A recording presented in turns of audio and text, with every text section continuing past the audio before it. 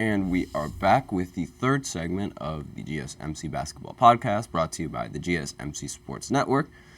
Once again, I am alone here to sulk in my sadness and in my disappointment as Zoom failed me in the previous segment. But why don't we turn all that around and talk about NBA basketball and all of the games that happened from last night, as well as giving my opinions on all of these, what I think the team's trajectory should be going into after this All-Star break, and what I feel just my overall thoughts on these games. So let's rip off the Band-Aid and just say that Brooklyn lost to Toronto 121-93. I knew it was going to be a blowout. We are terrible. The Nets are a terrible basketball affiliation. As you guys know, I'm a very, very passionate Nets fan, and I am incredibly disappointed with this team. We are going to tank out. We are going to make it all the way to the bottom seed. We'll probably end up with a worse record than the Pistons. I would not be surprised. The Nets are not going anywhere. They're not doing anything. Their players are bad. Our new coach is probably going to be bad too. The Nets are just anger, frustration, and sadness all in one. Guess what Ben Simmons did today? Nothing.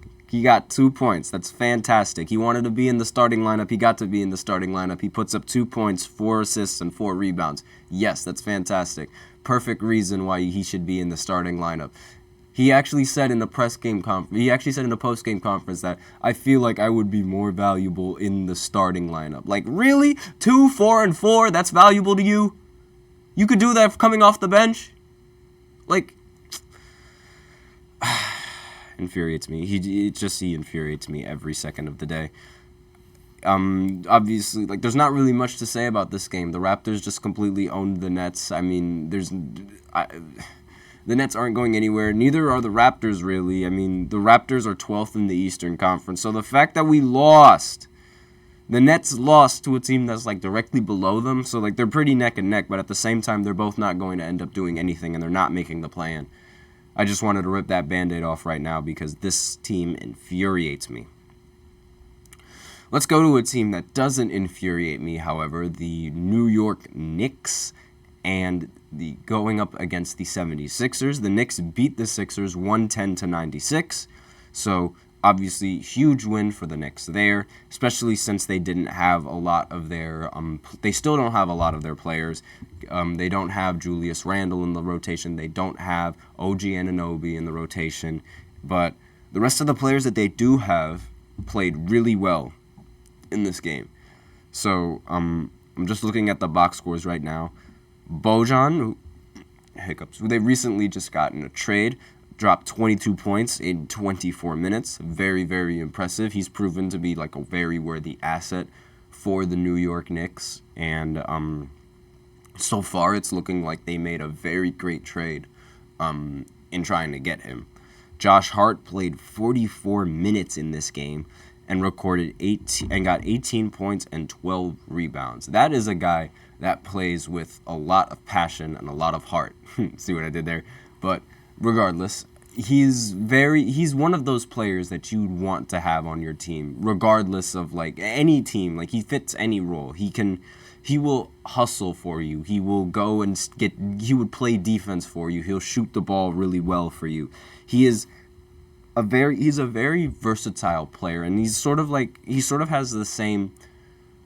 He's a little bit more of a if Draymond were more of an offensive player, I guess you could say, simply because of the fact that he hustles a lot and he does a lot of things for the team that don't necessarily show up on the box scores. They did tonight, given how he ended with 18 and 12, but he does a lot of this on a regular basis, and he gets a lot of loose balls, and he gets a lot of these hustle plays that you wouldn't normally see from a regular player. Jalen Brunson ended the game with 21 and 12, so not a good scoring night for him, but a good passing night for him. So he filled his role the way he needed to. Precious ended the game with 18 and 11, and DiVincenzo ended the game with 16 points. So with that in mind, the Sixers, they aren't a team that's really in a good position to to go anywhere like in the playoffs, let alone, and they can't even tank with the record that they have. So it's sort of like this is like a lost year right now. And if they wanted a tank, they should have started a lot sooner, because now you're sort of put in a very awkward position. Like, okay, do we just give up on the season, or do we wait for Joel Embiid? And so I feel like deactivating Joel Embiid should have been the right move for the Sixers. But, like, for the entirety of the season, what I mean. But Tyrese Maxey ended the game with 35, 6, and 5, so not a bad performance from Tyrese. I did say that the duel between Tyrese and Jalen Brunson was going to be really good, and he ended up getting 35 points. Buddy Hield had a really bad game, 5 of 15 with 14 points. So his shooting definitely didn't help the team. In fact, a lot of people's shooting didn't help the team. Kelly Oubre shot 6 for 14 points. Tobias Harris ended 3 of 9 for 7 points. And that was basically it for all the bad shooting. But not many people in double figures for the 76ers. So obviously, like, there's still a lot this team like needs to work on if they want to continue to like have hope for the playoffs. They hold the 5 seed right now, and it looks like a lot of these teams that are below them are going to end up passing them, given how they've been playing without Joel Embiid. I'm actually very surprised. I thought this team was going to be pretty good without Joel, but so far it's been the exact opposite. And the game of the week was Luka Doncic going up against the Phoenix Suns in Dallas. So the final score was 123-113 Dallas. Luka ended the game with 41, 11, and 9. Almost another 40-point triple-double for him. And he's another one of those players that like makes these triple-doubles look relatively easy. And he also makes the offense just look so easy. And he says that it's easy himself. He's just that guy. He actually in an interview, or like when he was asked like what he thought about like the NBA's defense, and he said that he thought it was easier to score in the NBA than it was in the EuroLeague. And obviously, like with that in mind, like you can see that he wasn't lying, and he's actively proving like how easy it is for him to score, at least compared to how other players can score. And he does it at his own pace, and he does it with such a slow pace. It's impressive. It's very impressive in my opinion. But Kyrie also ended the game with 29 points. So they both put on a show, and this was a great game to watch. If you guys didn't tune into this game, I feel very bad. It was really fun.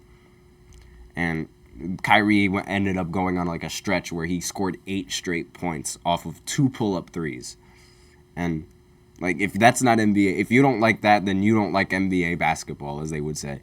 But on the Phoenix side, Devin Booker ended the game with 35 points, and he ended up losing. So, if I was Booker, I'd be really, really upset. But there was no Bradley Beal in this game, so they weren't at 100%. But still, they had Kevin Durant and they had Devin Booker. There's really no real reason why the Phoenix Suns should have lost against the Dallas Mavericks. The Mavericks have won 8 straight games, however, so they have been on a roll. But Kevin Durant ended the game with 23 points. Obviously, not one of Kevin Durant's strong shooting nights. He shot 9 for 22 from the field. If he was a little bit more efficient, then they most probably would have ended up winning this game. But you can't have it all sometimes.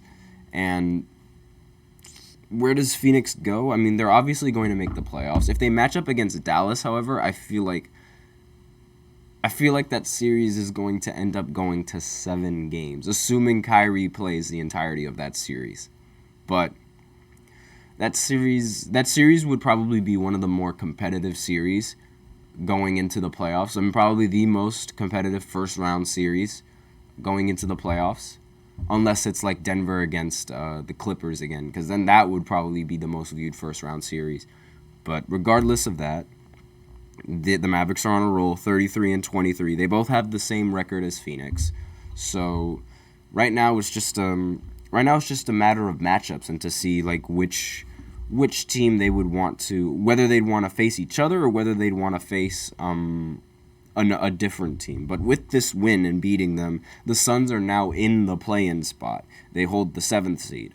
So the Pelican, like, again, from the 5 seed all the way down to, like, the 10th seed, they're relatively close in record. So you might see a lot of the teams flip-flop from 5 all the way down to 10 within these next few weeks.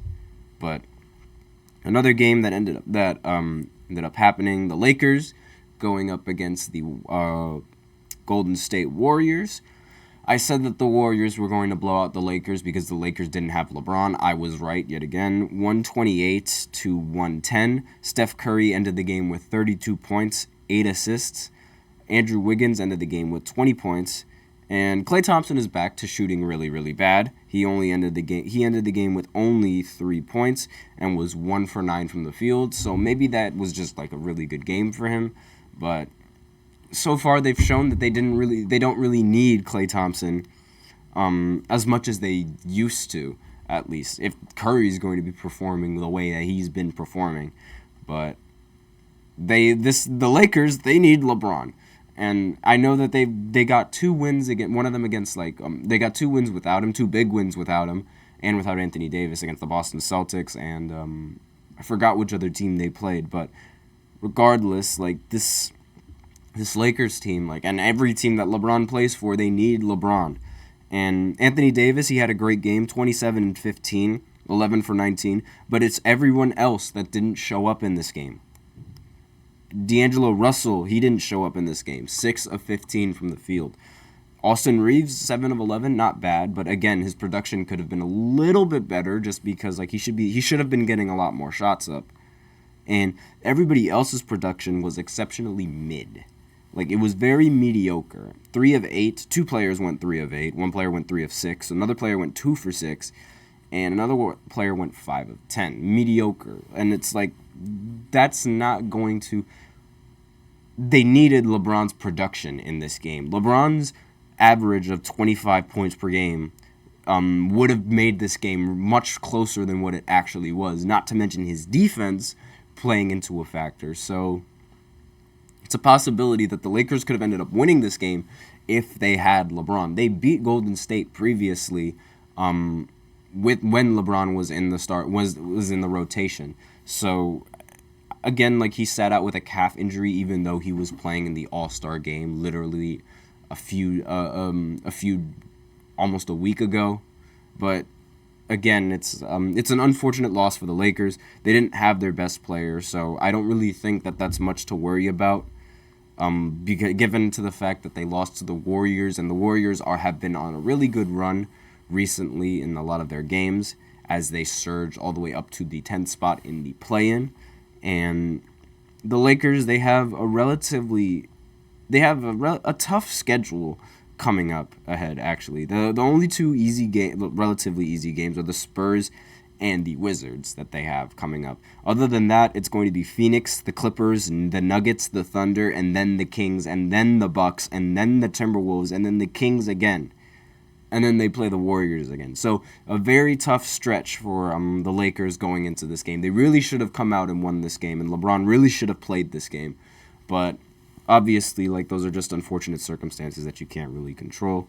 Oh wow, we're running out of time relatively quickly. So speed round in a bunch of these games. I already talked about Denver.